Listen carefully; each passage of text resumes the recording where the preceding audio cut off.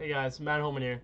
Today, I'm bringing you a video from 3 tips from a young 18-year-old that can help you succeed in your young adult life. Let me just bring over my channel. I want to show you guys something real quick before I get into these tips and tricks.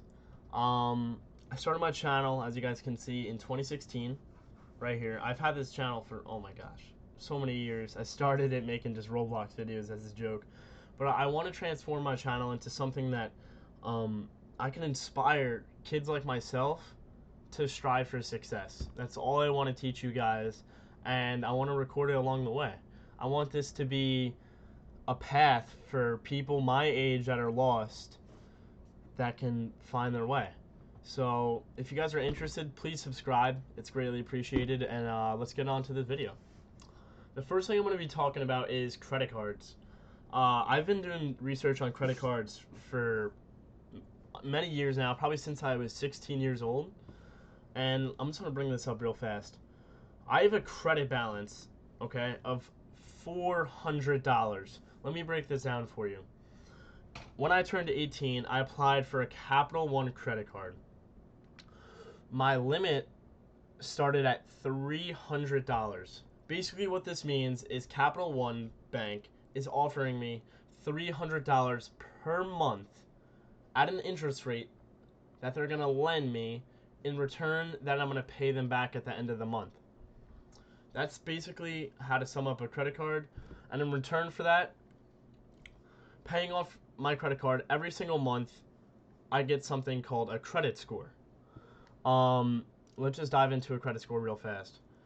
Credit scores are very easy to manage in doing the right thing, say. As soon as you start not doing the right thing, it's a snowball effect only downwards, and it can only negatively affect your credit score. It's very hard to gain your credit score, but it's very easy to start snowballing down. So let me tell you what to do here. Alright, so this is my credit card. I've only had for a year now. Not even, probably 6 months. These are the things that affect your credit. So they either make it better or for worse. So right here we see payment history. I've made 100% of my payments on time every single month. So I have never paid interest before on one of my credit cards. Oldest credit line, 0 years. Obviously, I've just started a credit account. So I'm not going to have a very good score for this. Credit usage, 37%. And I'm not too worried about this. This is how much I'm using my credit card on a daily basis. I only want to use it so much. I'm not using it for every single thing. Sometimes cash is king. So, there we go. Recent inquiries. This is how many times that you've gone through bad things. So, nothing's bad happened to me yet. Like, my credit card hasn't gotten hacked, stolen, whatever. That's basically what it means. New accounts. How many credit accounts I've applied and gotten. So, I've only made one, which is with Capital One. And available credit. Available credit across all accounts, which is $253, below average. Basically, what they're saying is they don't trust me with a lot of money. They don't trust me with a lot of credit. So that's because I'm a new credit card owner. Let's just go back into this Capital One. As you can see, I'm just gonna go through it real fast. Make sure I'm not showing anything bad. Yeah. So basically, I just use it on like small little things like 7-Eleven, Rite Aid, all these small little things. The things that you normally just hand out your debit card, give them $7 at 7-Eleven or $6 at Rite Aid, etc., etc. Food here and then. I am building credit so I can eventually build up my credit card ranking so I can succeed with that and keep leveling out my cards. Right now I'm at probably one of the most beginner cards. Let me show you guys real fast. This is my Capital One card that I have right here. Okay. Hopefully the camera focuses in. So it's a Capital One Platinum card. I'm not sure if you guys can see that. That is my first card. I'm in the works of opening a Chase card, a Chase Freedom card, but I need to have an above 650 credit score. So I'm in the process of working that out right now. Okay. So that's tip number one. Open a credit card. You just have to be wise about your spending, and you have to know that you have to pay it off every single month on that deadline, or you can pay it off every day. But to pay it off on the deadline or 2 days before the deadline every single month shows that you're trusted with credit. Okay. Moving on to my second tip.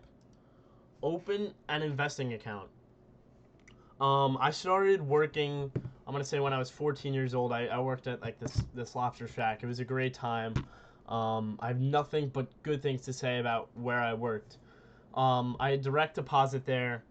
Um, so say I got a $300 check at the end of the week. Okay, I would take 20% of that, 25% of that, I throw right into my investment account. I worked for around 2 years. I didn't make too much money. I probably didn't make over $12,000 in a year, which is not too much. I was making $15 an hour plus tips. Nothing too much. I'd throw into this Schwab account. I do have Robinhood account, but I did start leading that money off because I wanted to work with something that would work with my future banks, and Schwab goes hand in hand with Chase Bank, which I'm trying to get into right now, as I said before. So this is my Schwab account. I've only had it open, and it's totally under my name. It's my individual brokerage account since I was 18 years old. I turned 18 January, so I opened it up just after January, so March here. And this is what we have. I have a $6,000 individual brokerage account. This is after slow building. It's not like I just threw $6,000 in one day. I've slowly added money, and I'm up $35 for the year. But my account's only been open for probably around 4 to 5 months. I'm gonna show you the things that I've invested in. I've done a lot of research, and I figured the best thing for me for an account that I can always just leave on the side and not really think too much about, because I don't want this to be my first priority investing. I want my first priority to be working on starting a business. So I don't want this to be a job. I want this to be something simple that every month, per se, I can just throw money into, and I know that it's safe. So playing the safe route, these are the ETFs that I'm invested in. Starting off with QQQ. This is a tech ETF tracking most of the tech stocks that we have. For example, I think Nvidia's in here. We got Apple, AMD, a bunch of those stocks. So I have 4 shares of QQQ. It's trading at, what do we got? What is QQQ trading at? Trading at $4.52 a share. And at $4.52 a share, I believe that comes out to $1,800 market value. And right there, we got 4 shares of that. Now we have SCHD. This is the brokerage account that I'm actually using, Schwab. So this is the dividend equity ETF, and it's actually the platform that I use. So I'm invested in that. I have 13 shares of that, trading at $77. Okay. So overall, we're up on QQQ, we're down on Schwab, but this does pay a quarterly dividend. I don't know the price of that, but I guess I would have to look into that. I'm just trying to do a brief overstatement. Now we have VNQ. VNQ is a part of the Vanguard ETF, and this is a real estate fund. So instead of doing investing in just all separate real estate firms, etc., this sums up a majority of the This sums up a majority of the real estate funds, combines them into an ETF. So, and it's traded publicly called VNQ, and I have 15 shares of that trading at $81 for a market value of $1,200. Lastly, we're gonna bring VU. One thing about VU is over the last 20, 30, 40 years, it only goes up. The market crashes, it still goes up. This is what Warren Buffett preached. VU.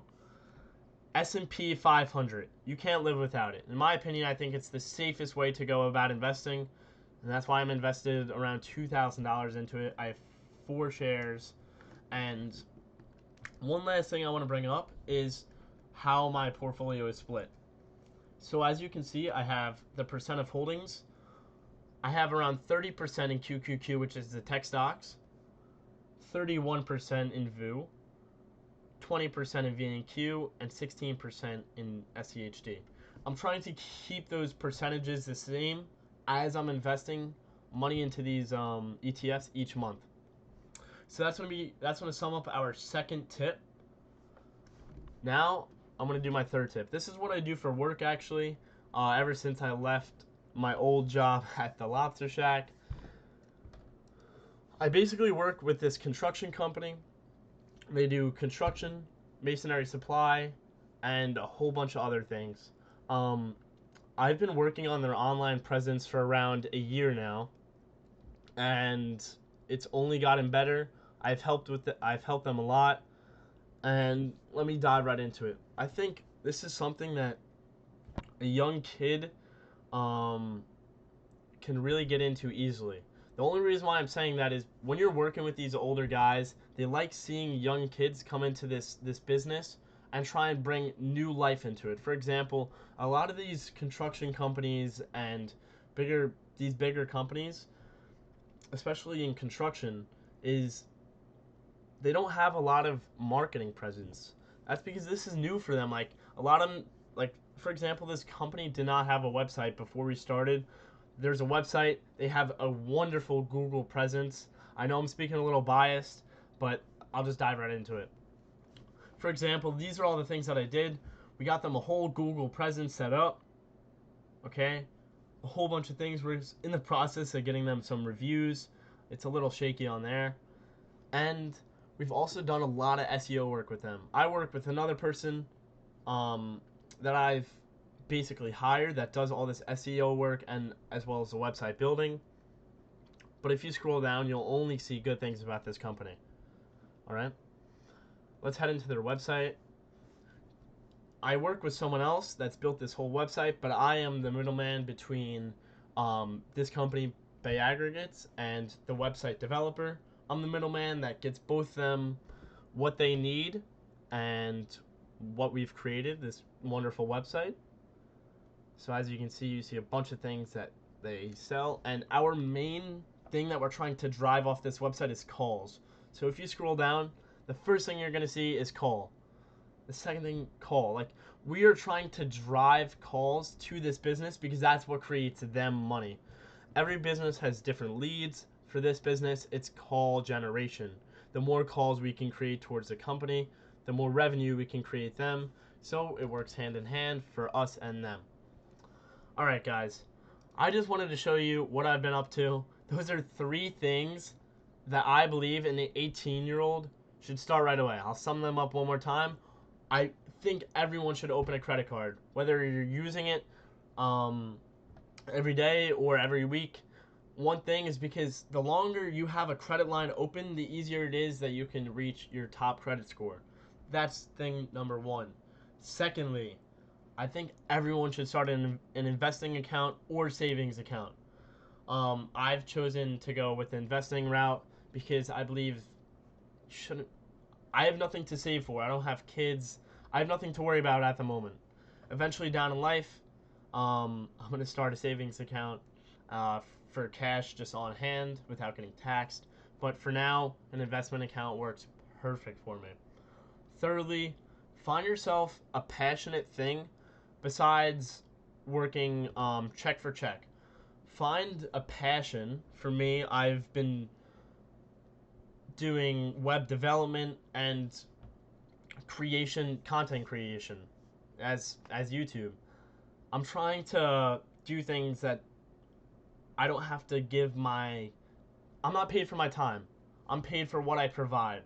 So I'm providing this Google presence for them, and I'm getting paid for that. I'm not getting paid for showing up an hour at work and getting paid $15. I'm trying to leverage my time to make my hour worth more than it did for that paycheck at that lobster place. So I'm going to wrap up the video, guys. Those are 3 things that I think any young adult should start today. Thank you so much for watching my video. Please don't forget to subscribe. My channel is only at 29 subscribers. As you saw, my name is Matt Homan. Thank you so much for watching. I hope you enjoyed, and subscribe.